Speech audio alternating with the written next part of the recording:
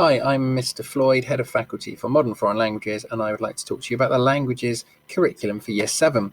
So all students have had the opportunity to learn some French, German, Mandarin and Spanish as part of the taster sessions that we've run during this first half term at the Castle School. So these have been taster sessions, with the idea being that pupils get an idea of what it's like to learn each of these languages and to learn about the culture of the countries where these languages are spoken. So students have had 4 sessions per language, and we've also had a little bit of time to look at why learning languages are important and how we learn these languages. So for example, learning vocabulary and getting that into your long-term memory.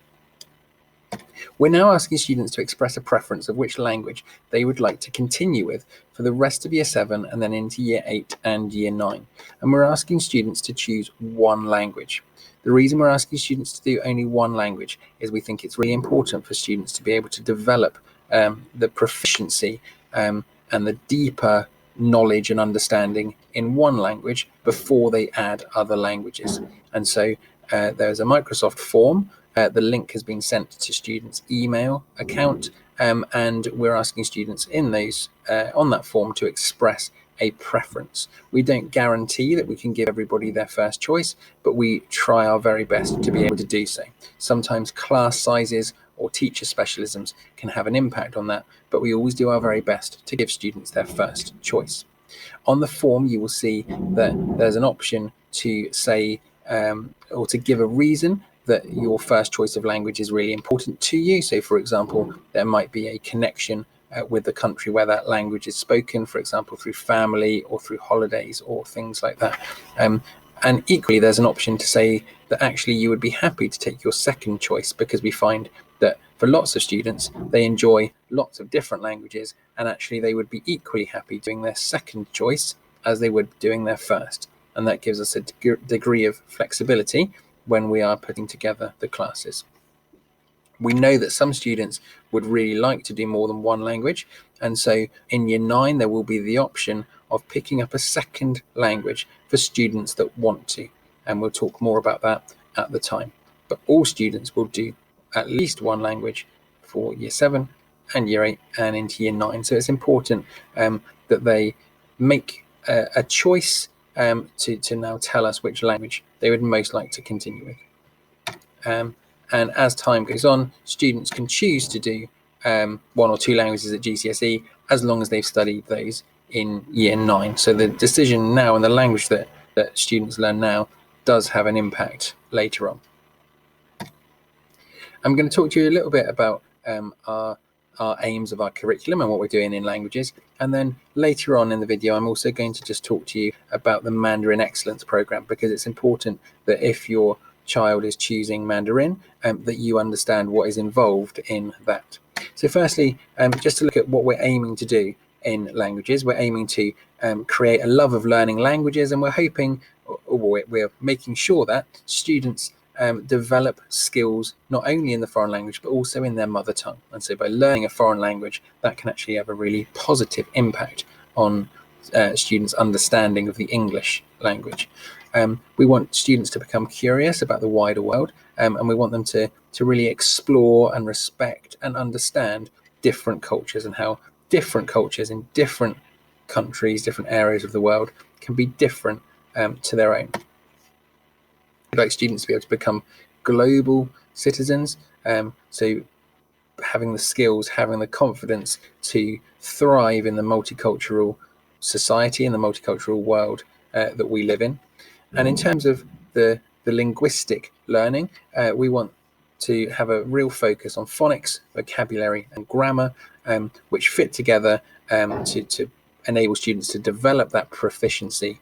And those underpin all of the different things that we do. So we talk about different topics, whether that's holidays or hobbies or the local area that you live in, or the topic of talking about school.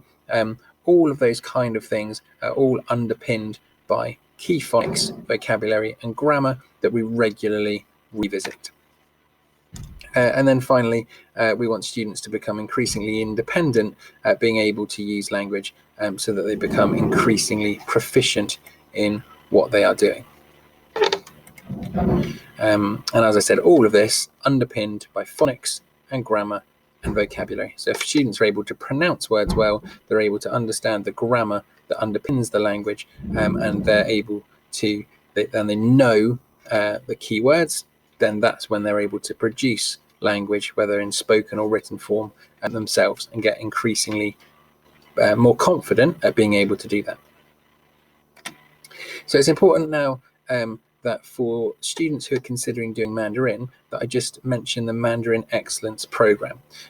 So this is a program run in partnership with UCL Institute of Education and with the British Council, which gives students an amazing opportunity in Mandarin that they wouldn't normally have in many schools. So we are one of a relatively small number of schools in the UK that teach Mandarin. We've been really successful in Mandarin, and our numbers doing Mandarin have grown over time. And we have students who go on and do really well in Mandarin at GCSE level and beyond. And so we're taking part in the Mandarin Excellence Program this year, which brings various benefits to our students. So we're really keen to continue to promote Mandarin. Mandarin is the most widely spoken language in the world, and it's been recognised by the UK government, and as you can see here, by the British Council, as a language that is really important for young people to have the chance to learn. It's a valuable skill. It talks about opening doors, it talks about career opportunities, it talks about this greater understanding of China's people and culture, and this idea of intercultural understanding. So it's a great language to learn, and it brings with it lots of these opportunities. The idea of this program is partly that we give students sufficient time to get to a high level of using the language, of being able to use Mandarin. So as part of this program, students study Mandarin for 4 hours per week, which is significantly more time than most schools spend on languages. And as I've said, there are few schools in the country that teach Mandarin. So we are keen that students have this amount of time, 4 hours per week. What that means is that students have 3 hours of Mandarin lessons during the normal timetable, the normal school day, but an additional hour is also offered after school. And we will talk to the students that express a preference for Mandarin, and we'll work out when that will be and how that will work. But the expectation would be that we'll have students doing 4 hours of Mandarin per week. And in addition to that, there are also some project-based tasks to complete at home. And all of this works together to try and achieve that goal of reaching this higher level of proficiency in Mandarin. I'm going to show you now what those project-based tasks look like. So here's an example. So you'll see that a lot of these tasks relate to different aspects of history or of Chinese culture, and talk about student or enable students to develop their wider understanding of Chinese culture as well as the language. So this is an example Year 7 project where there are a number of tasks. So this is on the Great Wall of China, and you will see that there are some activities to do here. So some of them will be reading more information in English, answering questions, and kind of gaining that knowledge, that historical knowledge of the culture, and language and culture are tied together. I think particularly in Chinese, even more so than some other languages. There are different things to complete. So students do some research, they do some reading. There are different quizzes to complete. You'll see here we've got some geographical knowledge. So again, this is research. Students having to do some independent research in order to then label some of these places and some of these cities on a map. And also the Chinese characters are obviously key to that as well. So you'll see here that we've got some explanations of how the characters work, some opportunities to practice writing those characters, and some translation. So these are to some extent open-ended tasks, but tasks that students would be expected to take part in, so to complete at home in addition to those hours in school. And as part of the project, so there are different benefits that we have as a school and that students have.